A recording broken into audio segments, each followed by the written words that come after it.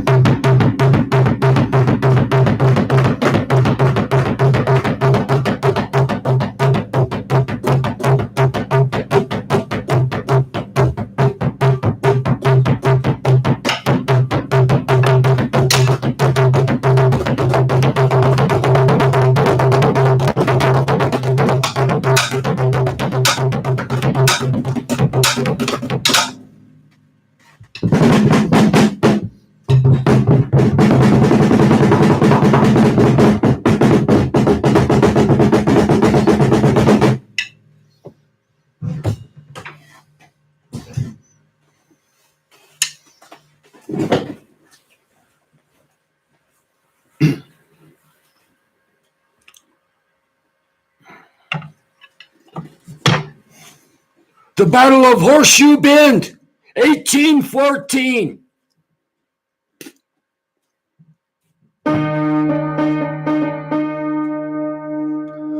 The year was 1814. March 27, the date.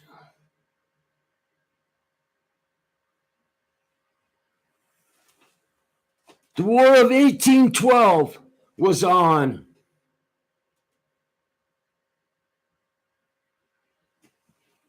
To decide the nation's fate.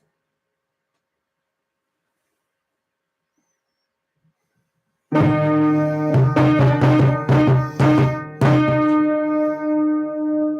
Battle of Horseshoe Bend, 1814.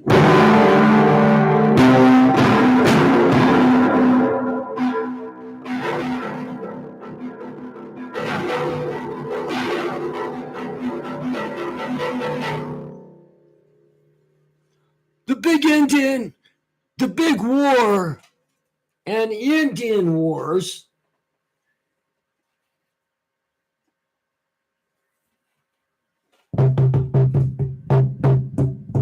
had blended into one.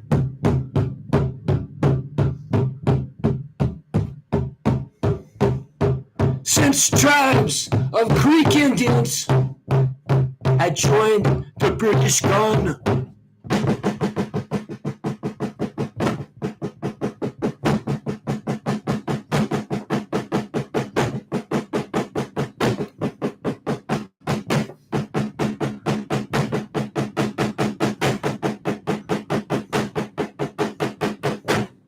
The battle site was Horseshoe Bend. Tallapoosa, the river. The Creeks had British knives and guns and arrows in the quiver.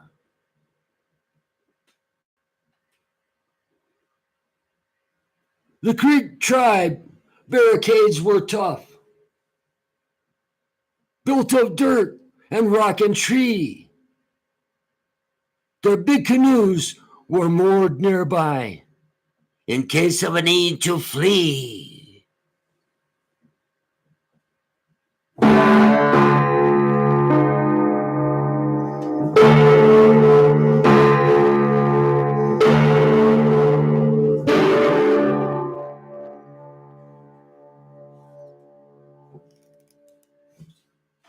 The Creeks had built their fighting force to 1,000 warriors strong. They meant to drive the soldiers out.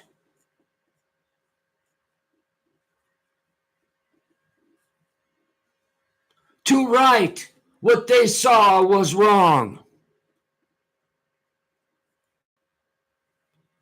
Andrew Jackson comes on the scene.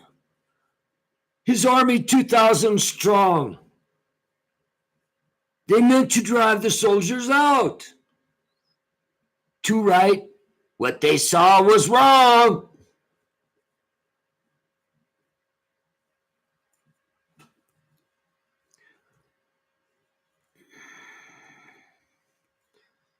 Andrew Jackson comes on the scene. His army 2,000 strong.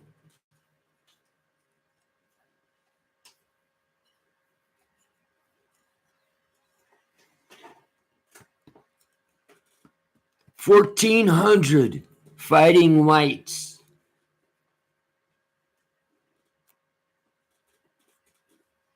With 600 braves along.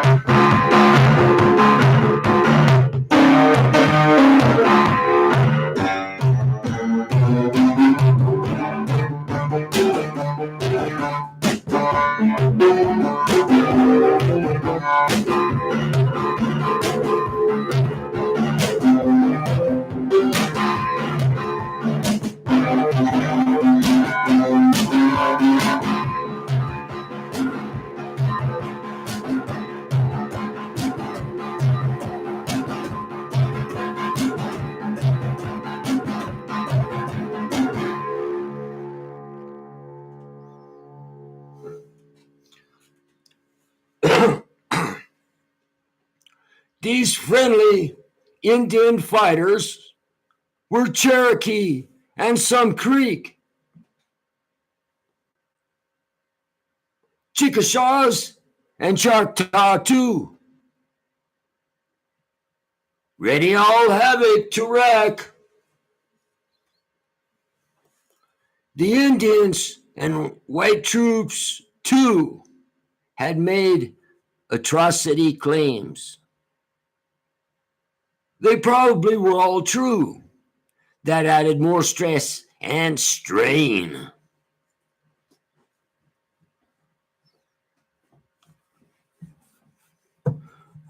The Fort Mims massacre, well known,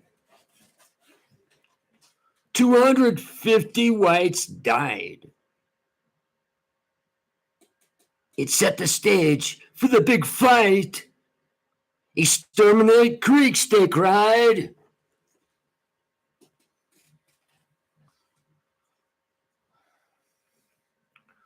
The white troops and Indian braves had plenty motivation. Each was rearing ready to fight for strong retaliation.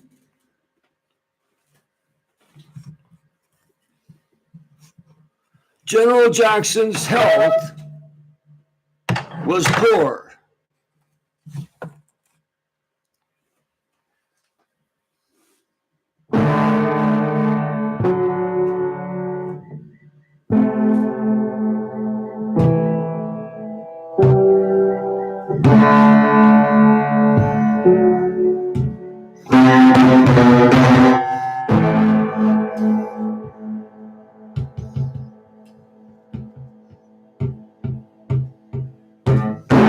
His body racked with pain, could barely stand or ride his horse, but ready to fight again.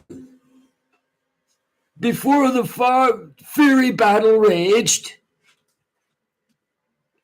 the Creeks had one more good chance to surrender and save their lives. They replied with guns and lance. The Cherokees of Jackson's force crossed the river and deployed behind the Creeks in a good range, and the Creeks' canoes destroyed. The Creeks were now fully fenced in. Their last escape route was lost. They could only fight or give up. Their choice for death was the cost. Jackson once again hailed the Creeks. Surrender or lose your lives. Once more the Creeks disdained his call. With more yells and guns and knives, the Jackson force resumed the fight. Cannon, bayonet, and gun. The Indian breastworks was tough, but slowly the day was won. The Creeks fought hard and asked no halt. For long hours, they still held fast. Cannon and bayonet, too much. They fought and died to the last. 800 Creek warriors were killed. They're in the Big River's Bend. About 200 stole away, but their war was at an end. The Jackson force had some loss too. 32 good soldiers died. 99 men were there wounded, and their hero deeds were read. The Big Creek Fork at Horseshoe Bend and Topeka, their town, were destroyed and turned into ash, and all burned right to the ground.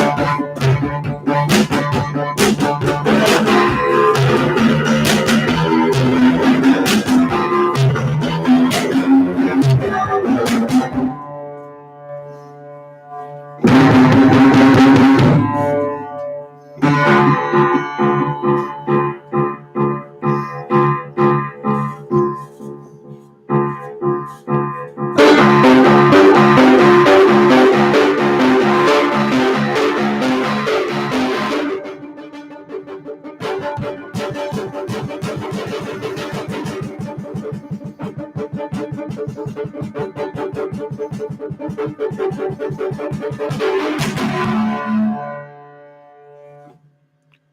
Creek nations' war powers were gone. Jackson dictated the peace. The Creeks signed the Treaty of Fort Jackson. That Indian war must cease.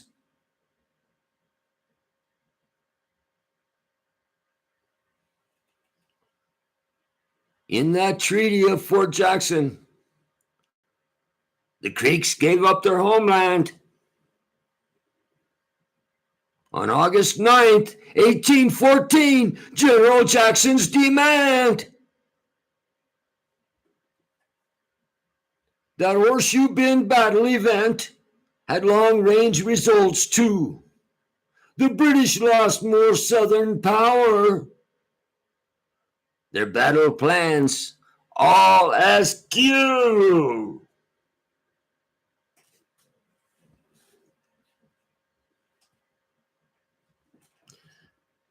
That battle also gave a boost to Jackson's national fame. It moved him one more giant step towards a good White House claim. The Battle of Horseshoe Bend, 1814.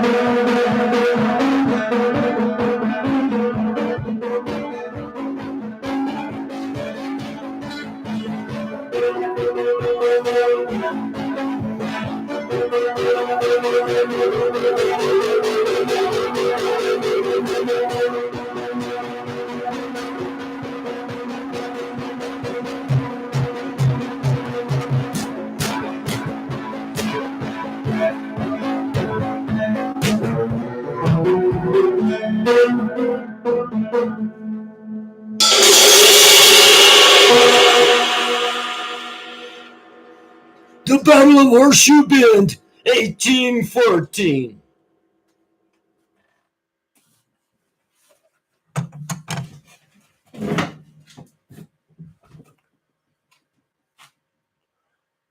Thank you. Thank you for being a wonderful audience. And I'll see you next time. Oh, and may the wind always be at your back.